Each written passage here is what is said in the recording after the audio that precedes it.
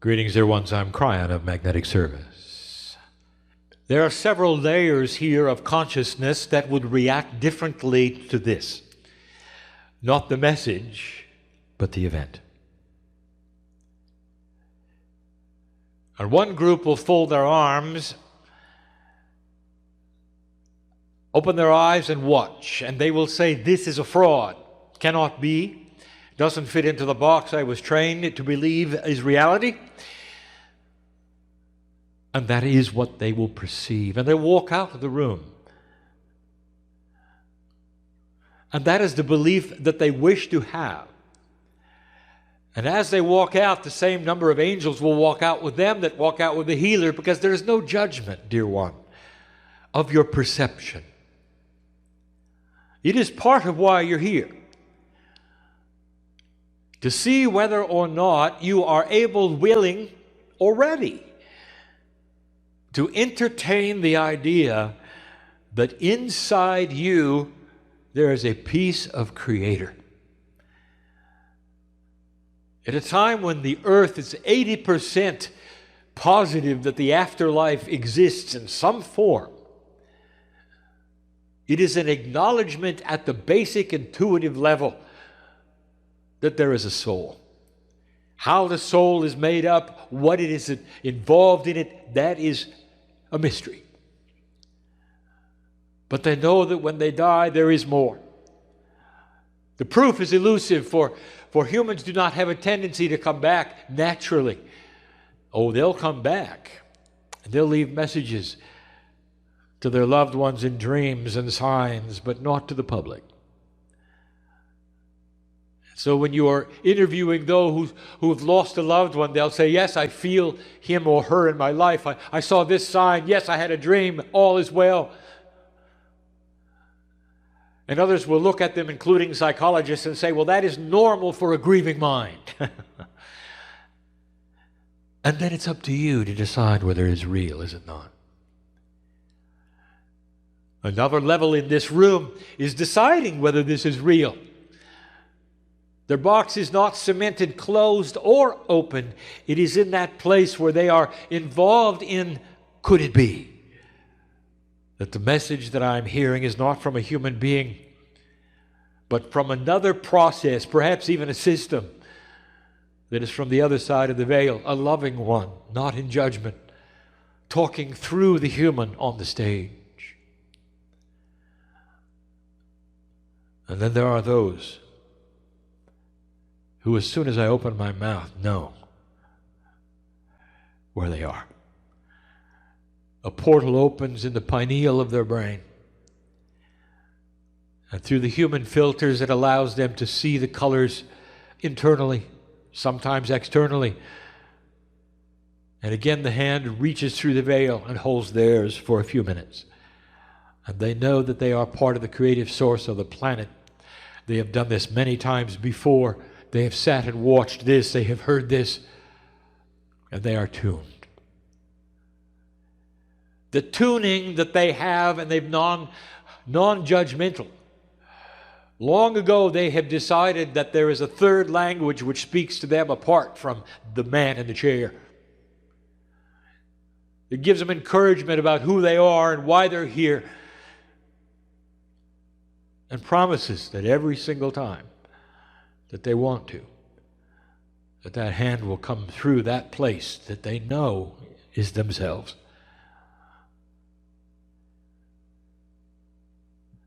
And in the process, there is healing.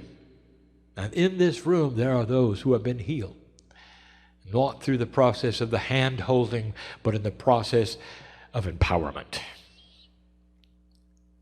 And they've discovered that the healing source is the great Creator inside them.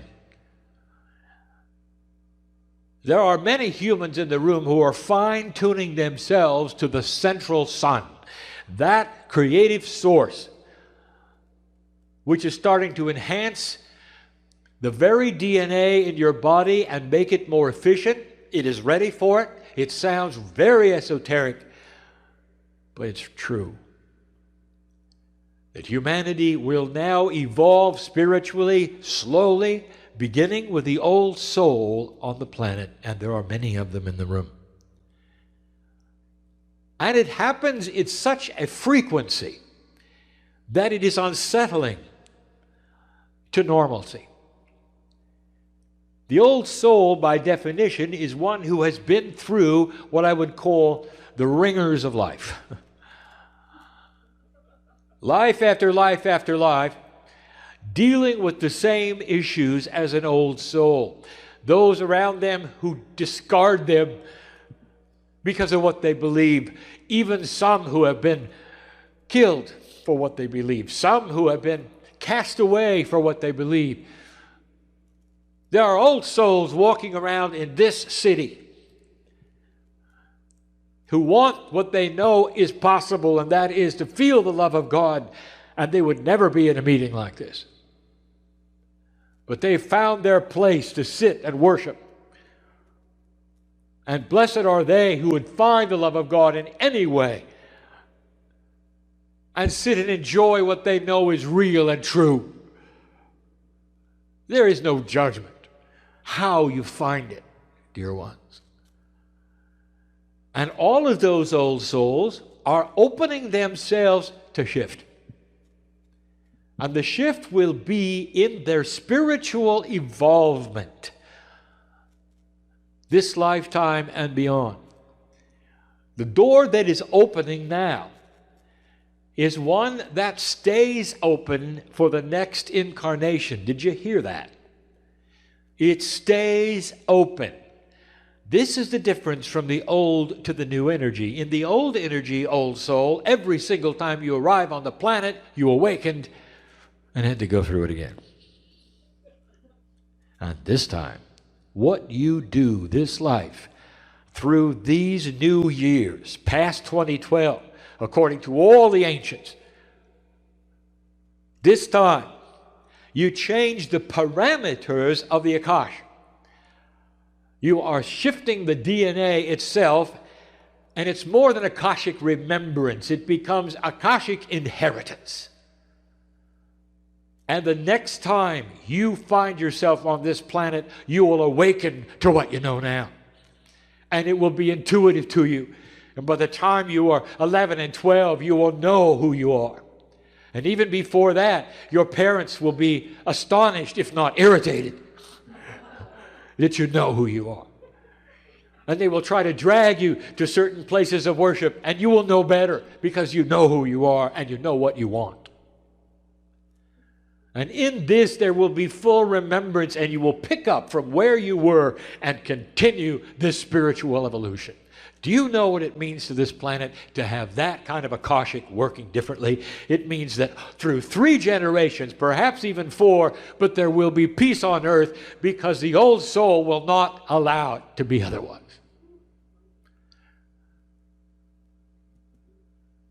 Does this make sense to you? It should. For there are old energies that decide that solutions require that you must kill other human beings. What kind of solution is that? I'll tell you, it's an old energy solution that has been with you for eons, and it's going to go away. You can see it start to go away. With so many on the earth deciding it's not what they want anymore. And you're seeing it in the Middle East, profoundly in the Middle East. Countries which seem to be stable, or at least run with an iron hand, who are now objecting and objecting and objecting. And there are only a few. You should see the rest of them. Just wait. And isn't it interesting that it does not necessarily directly involve Israel? Because that was the prophecy. They're doing it on their own. This planet of yours, if you watch the news, would seem to be in distress, and there would be those who would say, nothing has changed. Humans killing humans. Tune into the news, nothing has changed. And I will challenge that, and I will say, the change is why. And when you see this kinds of change, you're seeing humans decide to clean up the governments, the systems, the economies, and put integrity where it should be for the first time. This is the cleanup. Slow, very slow. The human filters will get in the way. There will be those who will not see anything but a primary force that's always been in their family, and that is what they inherited, and they will go to their death believing that. But the young people are starting to shift, and they are seeing other ways, objecting to what their parents are telling them they should do, who they should hate. Even in this country, you're starting to see it in the economies, in how you treat one another. It's slow. There are no exempt humans, but the old soul is realigning to it.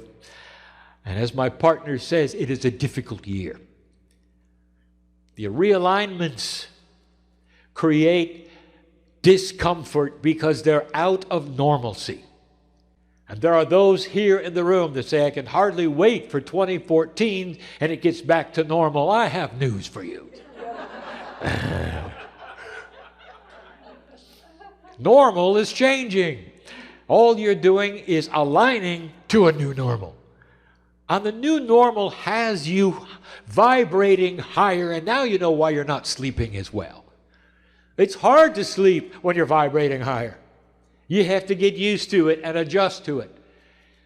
When all the cells in your body are starting to shift, chemicals are involved.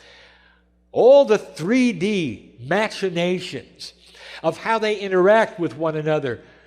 Every once in a while, they decide to hiccup a little. And you've seen this. You don't feel good. Immune systems get low and then rebuild themselves. You're not alone, dear ones. There's more than one or two in the audience who've had this issue. Believe me, I know who you are. I know who you are. And I say that in the most loving way possible. Why you've come all your lives up to this point. I know your spiritual name and light.